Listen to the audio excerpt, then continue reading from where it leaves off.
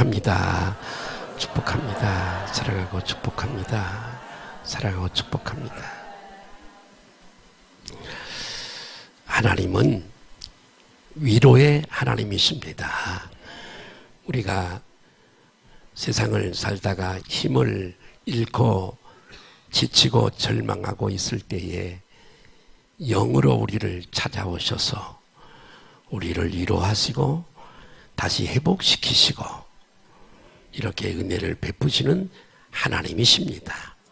그분은 우리 눈에 보이지 않지만 우리에게 찾아오셔서 친구들의 위로나 사람들의 위로는 우리에게 위로가 되지 못하지만 하나님께서 찾아오셔서 해주시는 위로에는 힘이 생기고 평강이 임하고 평안함이 임하고 다시 일어설 수 있는 용기가 생기는 줄 믿습니다. 우리가 세상을 여기까지 살아오면서 얼마나 많은 힘든 일들이 있었겠어요.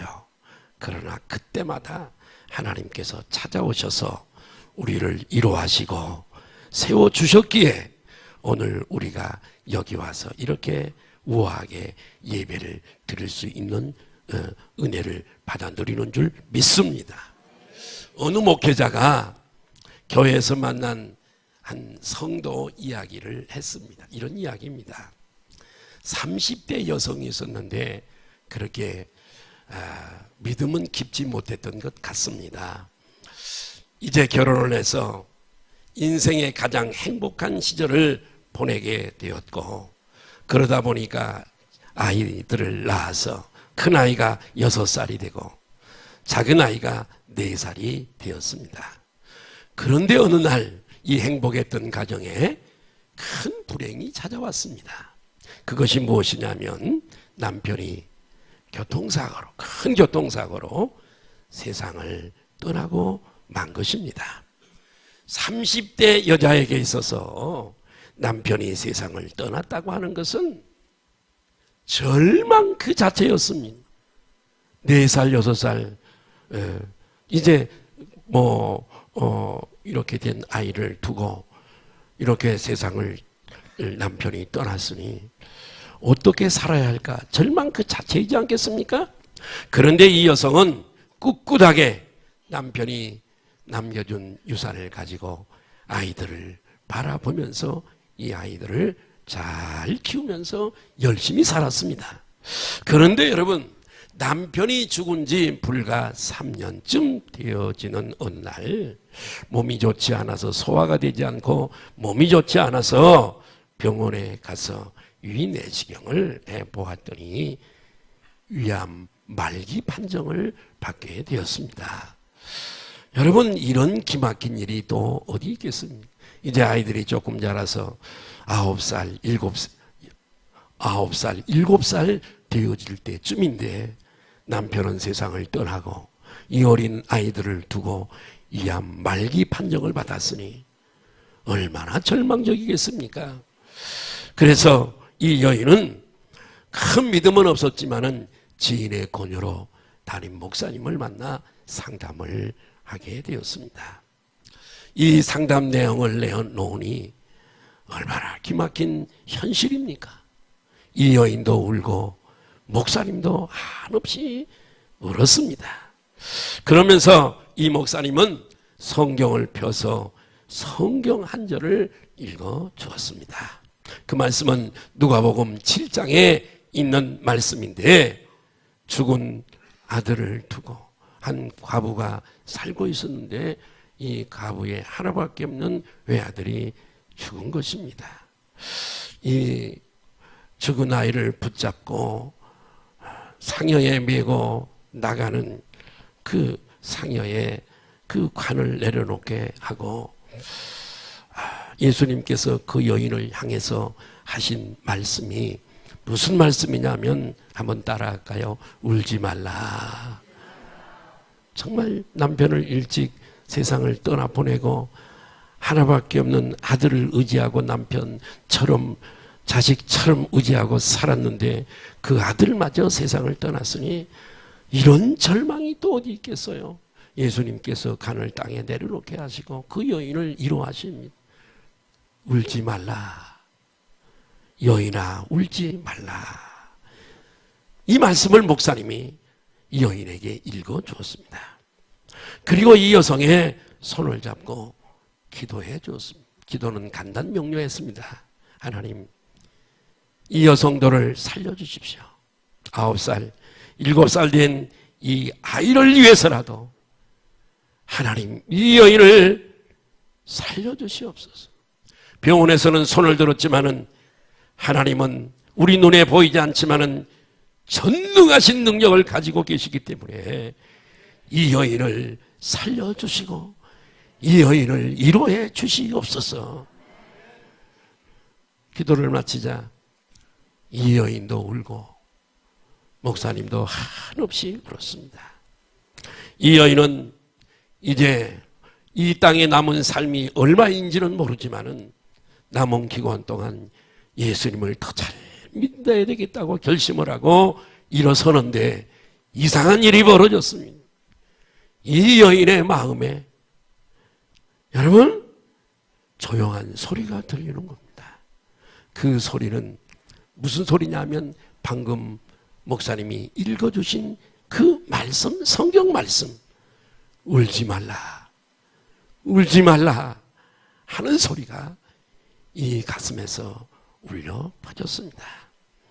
그러자 마음속에 그 음성을 듣자 마음속에 큰 위로가 되면서 마음이 편안해지고 살아갈 용기와 확신이 저 가슴 깊은 데서부터 솟아나는 것입니다.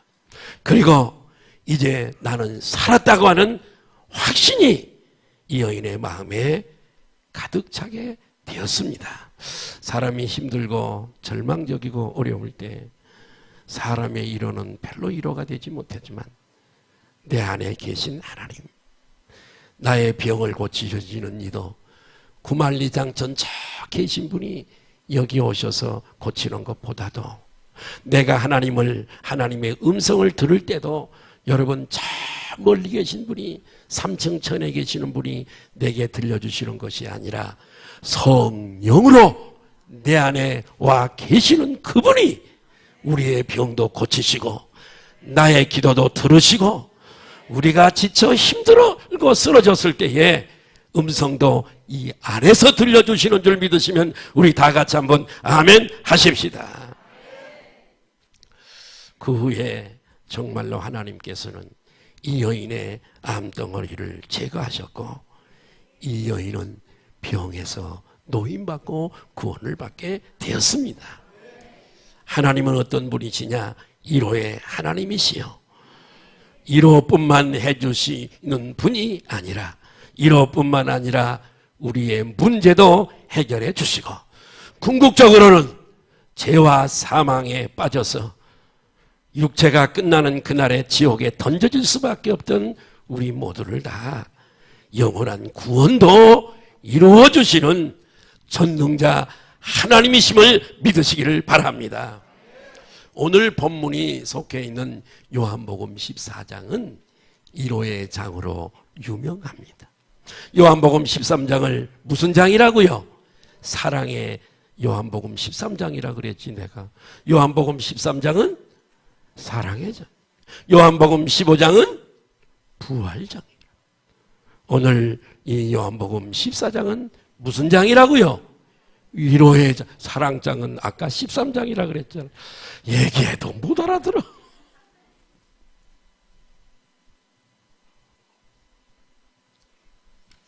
왜냐하면 요한복음 14장에는 우리 주님의 위로가 가득 차 있기 때문에 그래요. 때는 예수님께서 십자가를 지시기 하루 첫날 밤입니다. 마가의 다락방에, 마리아의 집 마가의 다락방에 모여서 여러분 마지막 최후의 만찬을 하게, 지상에서 마지막 식사를 제자들과 함께 하게 되었습니다. 요한복음 13장 30절 말씀인데요. 요한복음 13장 30절, 우리 성경에 있는 13장 30절 한번 볼까요? 13장 30절에 같이 한번 시작. 유다가 그 조각을 받고 곧 나가니 밤이더라. 밤입니다. 최후의 만찬 중에 유다가 떡 조각을 받아가지고 밖으로 나가게 됩니다. 가룟 유다는 여러분 예수님의 12 제자 중에 한 사람인데 여러분 예수님을 팔기 위해서 지금 밖으로 나갔습니다. 그리고 이 방에는 남은 11 제자와 예수님이 식사를 하게 되었습니다. 사실 제자들은 예수님이 새끼 나귀를 타셨지만 비록 예루살렘 성에 입성하실 때만 해도 큰 기대를 가졌습니다. 로마의 속국으로 있었고 지배를 당하니까 불이익당하는 게 한두 가지가 아닌지라 이제 예수님께서 정치적으로 왕이 되면은 로마 내 놈들 이제 두고 봐라. 이렇게 이제 우리는 정말 좋은 날만 있을 거야. 이렇게 정치적인 왕으로 오실 예수 그리스도를 크게 기대하고 있었습니다. 저들의 마음은 대단히 들떠 있었고요. 그런데 뜻밖에도 예수님 자신이 곧 죽으셔야 된다는 사실을 제자들에게 말씀을 하셨습니다. 요한복음 12장 24절을 한번 좀 띄워주실까요? 같이 한번 읽겠습니다. 내가 진실로 너희에게 이르노니 한 알의 밀이 땅에 떨어져 죽지 아니하면 한 알 그대로 있고 죽으면 많은 열매를 맺느니라.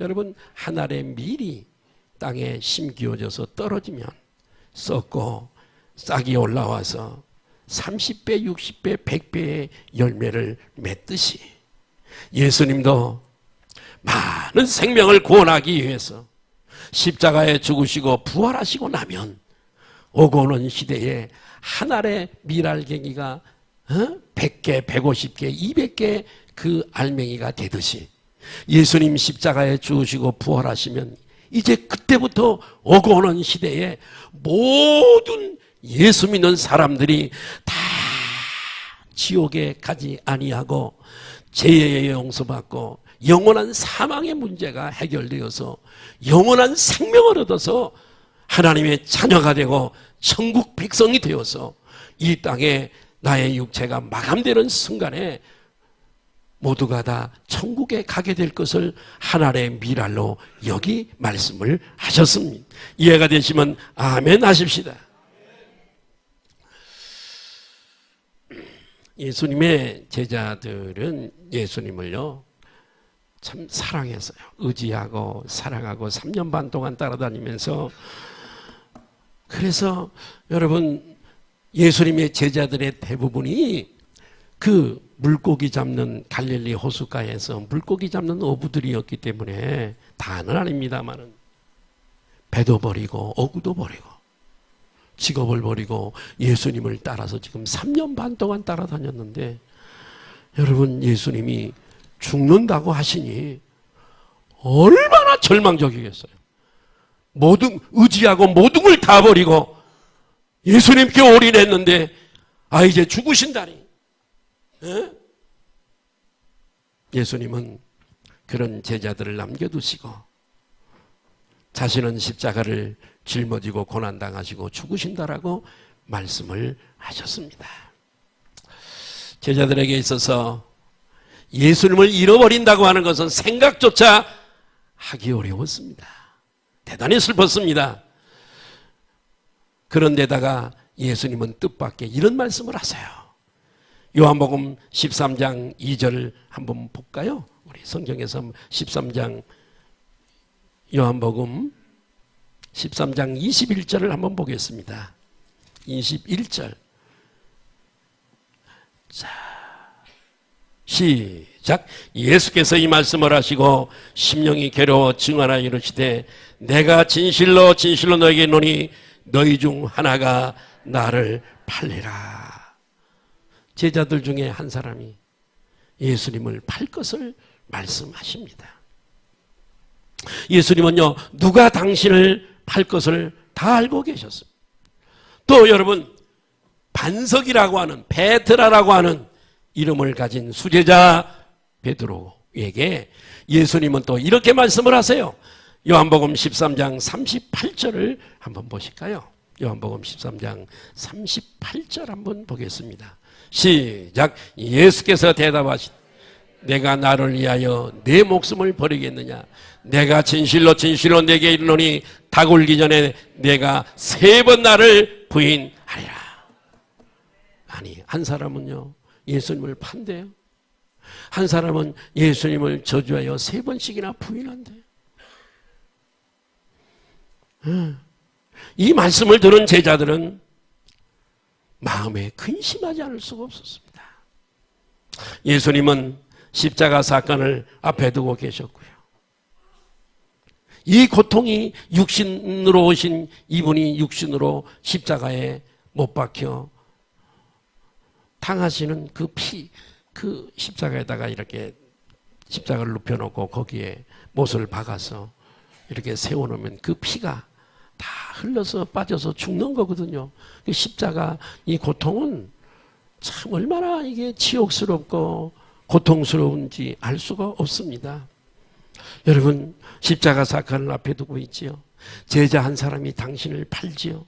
또 수제자라고 하는 것이 3번씩이나 저주하여 부인하지요. 여러분, 자신이 겪어야 할 고통이 너무 큰 것을 아시지요. 그래서 가상 실론 중에 엘리 엘리 라와 사박단이라고 하는 말, 그 고통을 우리가 짐작할 수 있잖아요. 그렇기 때문에 예수님께서는 지금 다른 이들에게 눈을 돌릴 만한 그런 여유가 전혀 없으신 분이셨어요. 너무나 앞에 있는 이런 고통들이 크고 현실이 고통스럽기 때문에.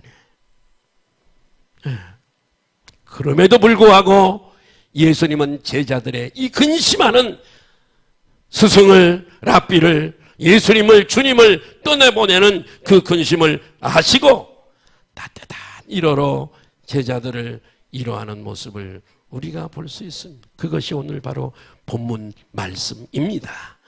정말 예수님은 요한복음 13장 1절 한번 보실까요? 요한복음 13장 1절에 보니까 같이 한번 보겠습니다. 시작. 6월절 전에 예수께서 자기가 세상을 떠나 아버지께로 돌아가실 때가 이룬 줄 아시고 세상에 있는 자기 사람들을 사랑하시되 끝까지 사랑하시니라. 제자들을 이렇게 사랑하셨어요. 제자들뿐만 아니라 오늘 우리들도요, 예수님이 이렇게 끝까지 우리를 사랑하시는 줄로 믿으시기를 바랍니다. 우리의 형편이 지금 현실이 아무리 어렵고 힘들어도 예수님은 우리를 끝까지 변함없이 사랑하시는 줄로 믿습니다. 옆에 분들 한번 인사할까요? 주님은 당신을 끝까지 사랑하십니다. 자주 제가 하는 표현입니다. 목사님, 내게 지금 물질로 어려움 당하고 있는데 그래도 나를 사랑하신 것일까요? 예수입니다. 내가 지금 인간관계 때문에 지금 어려운 고통을 당하고 있는데 그래도 주님이 나를 사랑하시는 걸까? 예수입니다. 예수님, 내가 지금 몸의 약함을, 질병 때문에 고통당하고 있는데 그래도 예수님이 나를 사랑하시는 걸까요? 예수입니다. 예수님이 십자가 짊어지시고 고난을 당하실 때에 아버지 어찌하여 나를 버리시나이까, 엘리엘이라와 사박단이 그렇게 기도하세요. 예수님은 십자가 지기 전에 십자가 달리지 마세요. 제자들이 그렇게 죽지 마세요. 그럴 때 아니다. 내가 12영이나 되는 천사들을 불러서 내가 이 어려움에서 내가 구원받지 못할 것 같으냐? 야, 내가 그렇게 해서 십자가를 지지 않냐면 하나님의 말씀이, 하나님의 뜻이 어떻게 이루어지겠느냐? 그러셨단 말이죠. 그래서 여러분, 예수님이 그렇게 기도하셔도 하늘 아버지는 침묵하시더라고요. 전혀 침묵하세요. 그러나 여러분, 하나님의 침묵, 여러분, 예수님이 그렇게 십자가에 달리시고 고난당하실 때도 여호와 아버지 하나님이 주님과 함께 하신 줄 믿으시면 아멘 하십시다. 우리에게 어떤 고난이 있고 힘든 일이 있어도 여러분, 하나님이 함께 하시는 거예요. 예수님이 그렇게 아버지를 불러도 대답이 없고 침묵하신 것은 침묵 중에서도 하나님의 뜻을 이루어가고 계시고 일하고 계신 줄 믿으시면 아멘 하십시다. 우리에게 인간관계 때문에 어떤 고통이 있고 물질의 문제 때문에, 건강 문제 때문에 이런 어려움이 있어도 우리가 알지 못하는 하나님이 뜻을 이루고 계시고 일하고 계시는 줄로 믿으시기를 바라요. 하나님이 일하고 계세요. 하나님이 나를 떠나지 아니하고 우리를 끝까지 사랑하십니다. 오늘 본문에서 예수님은 우리들에게 세 가지를 말씀을 하고 계시는 거예요. 첫 번째, 예수님이 우리와 함께 하신다는 사실. 한번 읽으실까요? 시작. 예수님이 다시 한번, 예수님이 나와 함께 하신다. 우리 시작. 아멘. 나와 함께 하심을 믿으시기를 바라요. 내가 하는 일 모든 일을 다 하시고요, 내가 품은 생각을 다 하시고요. 아멘. 다 아세요. 그분을 모르는 게 없어서요. 요한복음 14장 1절에 보니까 같이 한번 읽으실까요? 시작. 너희는 마음에 근심하지 말라. 하나님을 믿으니 또 나를 믿으라. 그래요. 여기 믿음이라고 하는 동사가 두 개 나와요.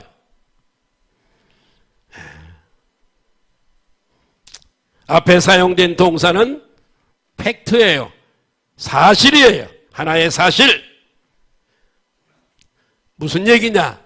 그곳에 있는 제자들은 분명 여호와 하나님을, 구약 때부터 내려오는 조상들의 아버지 하나님, 언약의 하나님을 그대로 믿고 있었습니다. 그 뒤에 나오는 동사 하나가 있어요. 이것은 사실이 아니라 명령이에요. 명령. 예수님은 지금 이런 뜻으로 말씀하고 계시는 것입니다. 너희가 여호와 하나님을 믿듯이 또한 나를 그렇게 믿어라. 제자들은요, 여호와 하나님을 눈으로 볼 수 없었지만은 늘 함께 하시고 도우시고 축복하시는 여호와 하나님을 제자들은 믿고 있었어요. 신명기 31장 6절에 이런 말씀이 있습니다. 한번 보시죠. 시작. 너희는 강하고, 여러분 하나님이 여호와 하나님이 함께 하심을 믿으시길 바라요. 그러므로 강하고 담대하세요.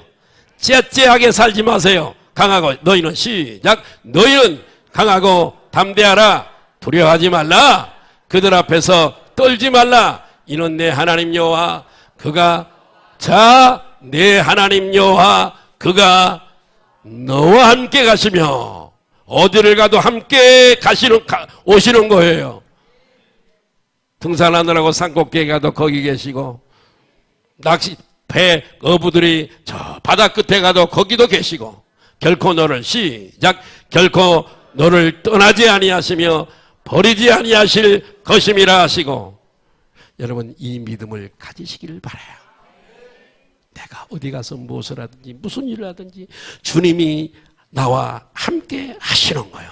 그래서 여러분, 이 말씀처럼 예수님의 제자들도 여호와 하나님을 그대로 늘 함께 하시는 하나님을 그대로 믿었습니다. 여러분, 하나님이 임마누엘, 나와 함께 하시는 이 믿음이 없기 때문에 우리는 신앙생활에 실패를 하는 거예요. 두려워하고 염려하고 근심하고 그러는 거지요. 예. 제자들은 예수 그리스도를 믿음으로 구원에 이르는, 여러분, 이 믿음으로 구원에 이르는 이 구원은 받았지만은 예수님은 이 믿음을 초월해서 계속해서 예수 그리스도를 믿고 신뢰하면서 내가 십자가와 그리고 부활과 승천으로 내가 이런 논조예요.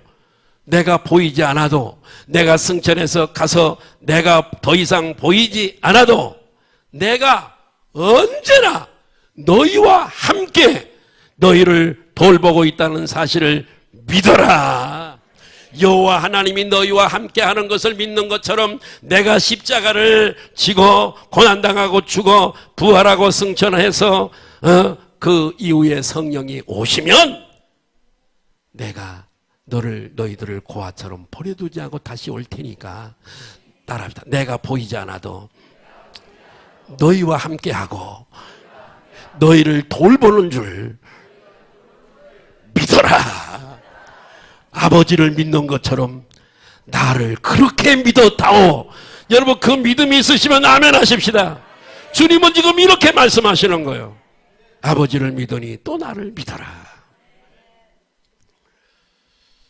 우리가 이렇게 예수님을 신뢰하고 전능자 주님이 나와 함께 하심을 믿으면 여러분 우리는 어떤 고통도 근심도 이겨낼 수 있는 줄 믿습니다. 예수님 오늘도 저와 여러분들에게 너희는 마음에 근심하지 말라. 하나님을 믿으니 또 나를 믿어.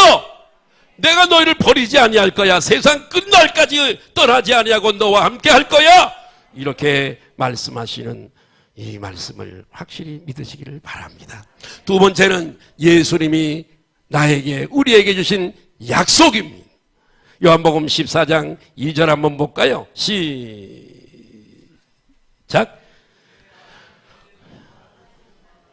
그렇지 않으면 너희에게 일렀으리라. 내가 너희를 위하여 거처를 예비하려 가노니. 오늘 본문에 나오는 아버지 집은 천국을 가리켜요. 천국 따라합니다. 천국. 자 여러분 여기 우리는 잠깐 쉬어가는 하숙집이에요. 저는 최희준의 노래 중에 하숙생 노래를 좀 좋아합니다. 인생은 나그네 길. 어디서 왔다가 어디로 가는가. 그래요. 인생은 나그네요. 옆에 분들하고 인사하세요. 우리는 나그네입니다. 잊지 마세요. 나그네요. 영원히 안 살아. 스타트 포인트가 있고 오메가 포인트가 있어. 나그네는 목적지가 곧 내일 모레 다가오잖아요. 우리 지금 나그네로 사는 거죠. 이렇게 나그네로 사는데 이렇게 살다가 하나님 부르는 날에 다 놓습니다. 자식들도 놓고요. 내가 타던 차도 놔두고요. 저분이 부르면 가는 거예요. 예. 그래서 성경은 천국을 하늘나라라 그럽니다. 따라합니다. 하늘나라. 예. 천국. 하늘 천자 나라 국자니까 하늘 그리고 나라 뜻글로 이렇게 보면 하늘나라 천국이에요. 히브리서 11장 6절 한번 볼까요? 히브리서 11장 6절 한번 빨리 띄워주세요. 자 시작. 믿음이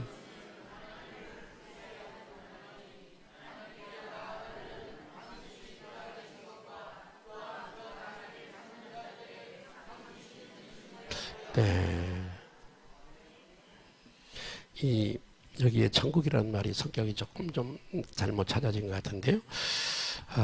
이 천국을 가리켜서 고린도 후서 12장 2절에서는 천국을 한번 12장 2절 거기에 좀 설정해 두어서 한번 띄워줘 보실래요? 고린도 후서 12장 2절 띄울 수 있어요? 한번 띄워줘 보세요. 이 천국을 셋째 하늘이라고 그렇게 천국을 가리켜서 셋째 하늘이라고 말씀하고 있는데 자 같이 한번 읽을까요? 시작. 내가 그리스도 안에 있는 한 사람을 아노니 그는 14년 전에 셋째 하늘에 이끌려간 자라 그래요. 사실은 자기예요. 자기. 사도 바울 자기인데 그리스도 안에 있는 한 사람, 예수 믿는 사람 한 사람을 아는데 그는 14년 전에 천국의 셋째 하늘에 이끌려간 자라 그래요. 자, 첫째 하늘은 여러분 대기권 하늘이에요. 이 땅에서부터 여기 대기권 하늘, 산소가 있는 대기권 하늘. 한번 따라할까요? 대기권 하늘. 이 첫째 하늘이죠. 둘째 하늘은요, 우주 하늘이에요. 해가 있고 달이 있고 별들이 있고 그런 은하계가 있고 그런 우주 하늘이에요. 한번 따라하실까요? 우주 하늘. 세 번째 하늘은, 셋째 하늘은 해분 하늘이에요. 따라합니다. 천국. 하나님의 집. 그래서 이 천국이라고 그런단 말이에요. 또 여러분 성경에 보니까 이 성이라 그래요. 성. 거기 천국을 성이라 그래요. 시티예요. 시티. 성이에요. 왜냐하면 먼저가 누리신랑의 선배들이 거기가 있으니까요. 살고 있으니까요. 또 천국을 새 예루살렘이라 그래요. 계시록 21장 2절 한번 띄워줄 수 있을까요? 계시록 21장 2절 좀 빨리빨리 띄워주세요. 처리가 빨리빨리 나오고 이 호흡이 맞아야 돼요. 사실은 토요일날 예행 연습을 막 해야 되는데 뭐 그럴 수 없으니까요. 새 예루살렘 자 21장 1 시작. 또 내가 새 하늘과 새 땅을 보니 처음 하늘과 바다도 다시 있지 않더라. 또 내가 보매 거룩한 성 새 예루살렘이 하나님께로부터 하늘에서 내려오니 반모섬에서 요한이 본 거잖아요. 그리고 예수님은 오늘 본문에서 내 아버지 집이 천국을 여러 가지로 불러요. 따라합시다. 내 아버지 집. 거할 곳이 많다. 어떤 분이 아담에서부터 저 인류를 숫자를 이렇게 계산을 했어요. 그리고 계시록에 나오는 이 천국의 넓이를 계산을 했어요. 이 천국에도 뭐 생명수 강이 있고 막 이런 시설물들이 있고 그러기 때문에 사람이 살 수 있는 지역이 한정이 돼 있는데 우리 그 사람 계산으로서 참 재미있게 제가 읽었어요. 그 책을요. 우리 한 사람이 그 땅에 가서 차지할 수 있는 땅이 약 1000평이더라고요. 한 사람이. 이건 그냥 그분이 한 얘기예요. 성경에 있는 얘기는 아니니까 상당히 넓은 집을 우리가 누리고 살 수 있어요. 그분의 얘기라니까요. 어떤 한 목사님의 얘기예요. 그 계산을 풀어서 딱 이렇게 해서 나눠서 했더니 한 1000평 이상이래요. 옆에 분들하고 인사하십시다. 거기서 꼭 만나십시다. 세상에 빠져서요. 곁길로 새면 안 돼요. 거기서 꼭 만나야 돼요. 아멘. 자, 그런데요. 천국에서 모습이 어떨까요? 우리의 삶이 어떨까요? 계시록 21장 1절에서 4절 빨리 좀 띄워주세요. 네, 시작. 내가 들으니 보좌에서 큰 음성이 나서 이르되 보라 하나님의 장막이 사람들과 함께 있으며 하나님이 그들과 함께 계시리니 그들은 하나님의 백성이 되고 하나님은 친히 그들과 함께 계셔서 모든 눈물을 그 눈에서 닦아주시리니 다시는 사망이 없고 애통하는 것이나 곡하는 자 거기 없는 게 있네요. 뭐가 없어요? 천국에 가서 다시 죽는 일이 있어요? 없어요? 영원히 사니까 죽는 일이 없어요. 사망이 없고 그 다음에요 슬퍼하는 일이 없어요. 그 다음에 사람이 죽거나 뭐 이렇게 되면 고골하잖아요. 곡하는 일도 없어요. 또 그 다음에 이 땅에는 여러분 죄가 간영하고 죄성이 있는 세상이다 보니까 사탄도 있고 질병도 있게 돼요. 그런데 그곳에 가면은 뭐가 없어요? 아픈 것이 없어요. 천국은요 질병이 없습니다. 다시 있지 않으려니 처음 것들이 이 땅에 존재했던 일들이 다 어떻게 됐다고요? 다 지나갔다고 말씀하고 있어요. 자, 그 다음에 계시록 21장 19절 23절을 보니까 같이 한번 볼까요? 그 성 시티라 그랬죠? 시티. 그 천국의 성곽의 기초석은 각색 보석으로 꾸몄는데 첫째 기초석은 벽옥이요 둘째는 남보석이요 셋째는 옥수요 넷째는 녹보석이요 다섯째는 홍만호요 여섯째는 홍보석이요 일곱째는 황옥이요 여덟째는 녹옥이요 아홉째는 담황옥이요 열째는 비치옥이요 11번째는 청옥이요 12째는 자수정이라. 그러니까 최고로 이런 보석들로 천국은 꾸며졌다는 얘기예요. 그 다음에 그 12 문이 몇 개예요? 12. 예루살렘 문도요 여러 개예요. 예루살렘 성 거기 시티 예루살렘 시티도 이렇게 쭉 성벽이 쳐져 둘러져 있잖아요. 그리고 문이 한 개만이 아니에요. 한 개가 여러 개가 있어요. 그 중에 한 개가 그 똥문이라고 하는 문이 있어요. 배설물, 시체는 꼭 그 문으로만 나가야 돼요. 아무 데나 나가면 안 돼요. 12개 문인데 천국에 가보니까 12문은 12 뭐예요? 진주, 강문마다 한 개의 진주로 되어 있다 그랬으니까 패치로 이런 조각을 붙인 것이 아니라 통짜 큰 문인데 통짜 진주로 깎아서 만든 문이에요. 참 우리 예수님은요 예수님의 아버지 요셉도 세상에서 카펜터 목수였지만은 예수님은요, 예수님 따라갈 목수가 없어요. 건축가가 없어요. 진주로 되어 있고, 시작. 성의 기는 맑은 유리 같은 정금. 자, 원래 이 금은 무슨 색깔이에요? 노란 색깔이잖아요. 그죠? 골드는 노란 색깔이에요. 근데 여기 보니까요, 맑은 유리 같은 정금이에요. 노란색이 아니고 맑은 유리 같은 금이에요. 혹시 그런 금 보셨나요? 여기는 없어요. 천국에 가면 있어요. 금이 여러분 이렇게 그 수정 같은 유리 같은 맑은 유리 그 금이래요. 길이 그렇게 되어 있어요. 그런 길을 걸으면 얼마나 신나겠어요? 아멘. 또 21장 시작. 성 안에는 내가 성전을 보지 못하였으니 이는 주 하나님 그 전능하신 이와 및 어린 양이 그 성전이시고요. 그 다음에 그 성은 해나 달에, 여기 피조된, 제약이 관영한 이 세상에는 피조된 빛이 필요하지만은 거기는요, 하나님이 만든 해나 달에 불이 필요 없어요. 쓸데없으니 이런 하나님의 영광이 찬란하고 어린 양의 등불이 되심이라. 그런 곳이에요. 참 사람의 말로 가히 표현할 수 없는 곳이 천국입니다. 예수님은 제자들을 버리는 것이 아니라 처소를 우리가 살 집을, 처소는 집이잖아요. 준비하러 가신대요. 그리고 다시 오실 때 데리고 가시겠대요. 약속하셨습니다. 예수님의 말씀은 그대로 이루어지는 겁니다. 예수님 말씀하신 대로 예수님은 다시 곧 오시게 될 줄로 믿습니다. 이제는 예수님이 말씀하신 것들이 거의 다 끝났거든요. 거의 다 끝나가고 있거든요.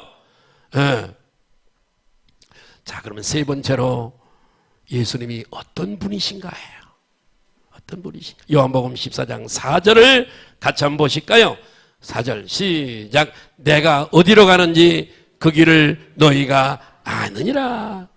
예수님은 본문 말씀을 이런 뜻으로 말씀하고 계시는 거예요. 우리가요, 천국과 관계가 있어요. 다 관계가 있어요.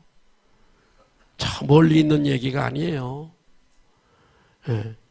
예수님은 본문 말씀을 이런 뜻으로 말씀하세요. 나는 이제 아버지 집으로 곧 돌아가게 된단다.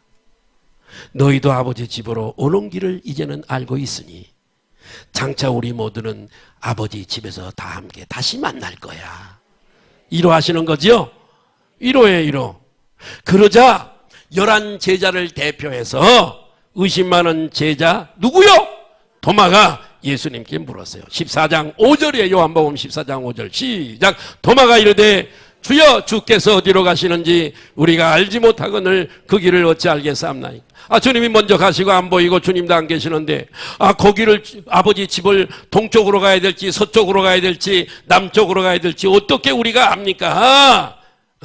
그러자 예수님께서 이 질문에 14장 6절을 말씀하세요. 시작. 예수께서 이르시되 내가 곧 길이요 진리요 생명이니 나로 말미암지 않고는 아버지께로 올 자가 없느니라. 제자들에게 아버지 집으로 가는 길을 찾을 필요가 전혀 없다. 왜?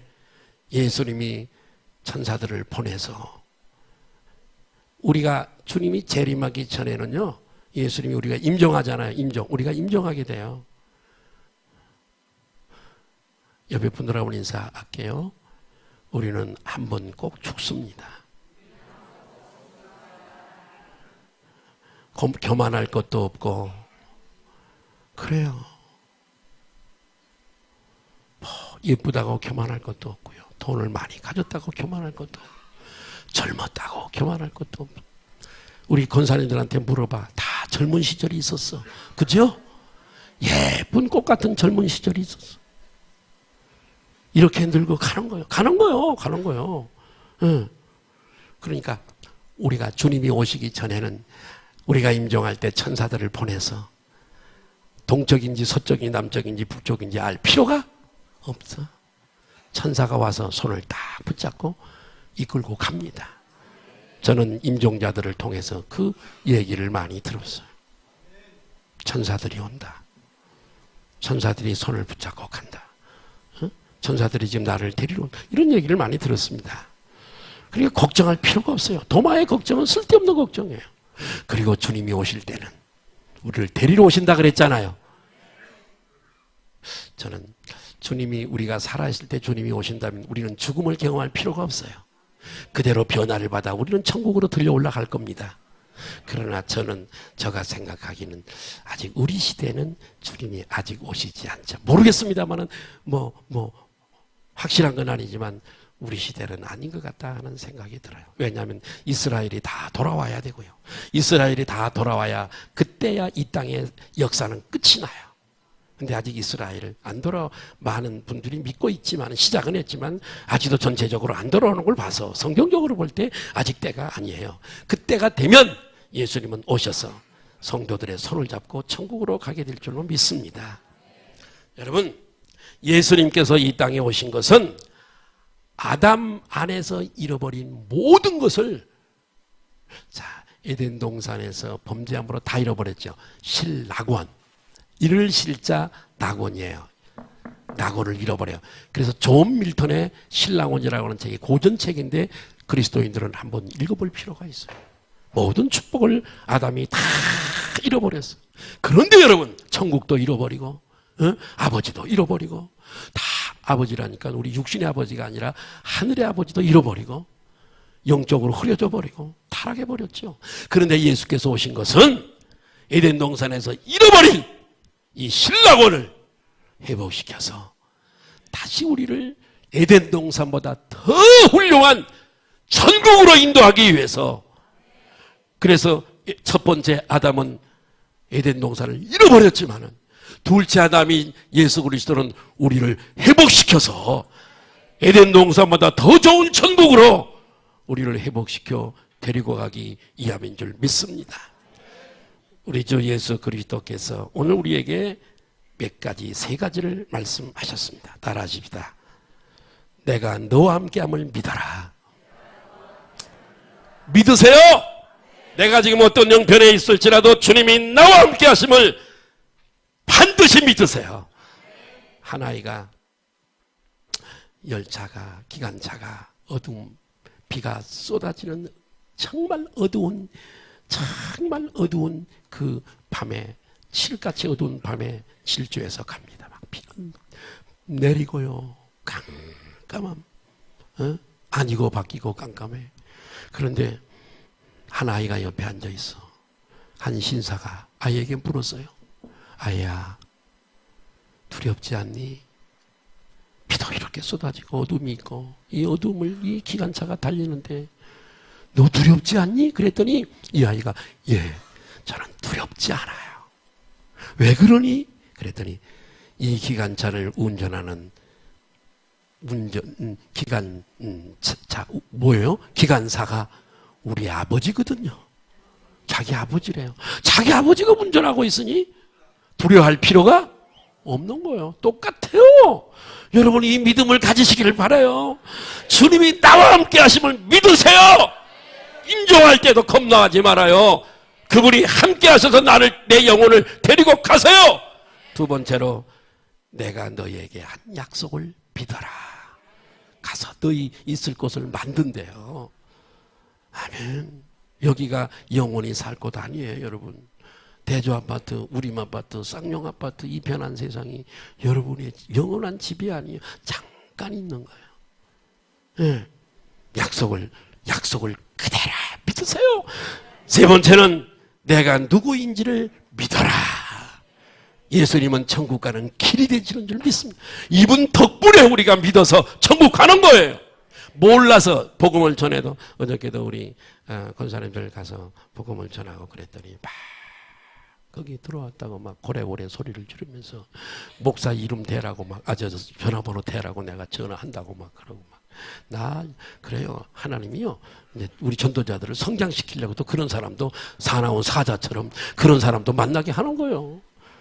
하늘의 상이 여러분에게 있을 줄로 믿습니다. 우리가 이 세 가지를 믿고 신뢰한다면, 믿음이 없어서 그렇지. 예수 믿는 사람들 중에도 자살하는 사람이 있어요. 이 세 가지를 전혀 안 믿는 사람이에요.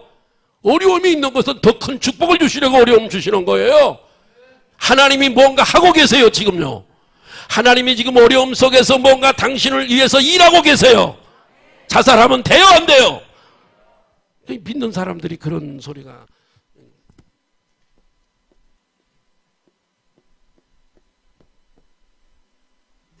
자살이에요. 근데 이렇게 생각하지 말고 거꾸로 읽어보자고요. 시작. 거꾸로 읽으면 돼요. 뭘? 아니, 지금 보세요. 참 이게 믿음이 없는 사람이거든요. 이런 걸 목사님들이 안 가르쳐서 그래요. 지금 내 가정에 어려움이 있고 여러 가지 어려움이 있는 것은요, 거기도 하나님의 뜻이 있고요, 일하고 계시는 거예요.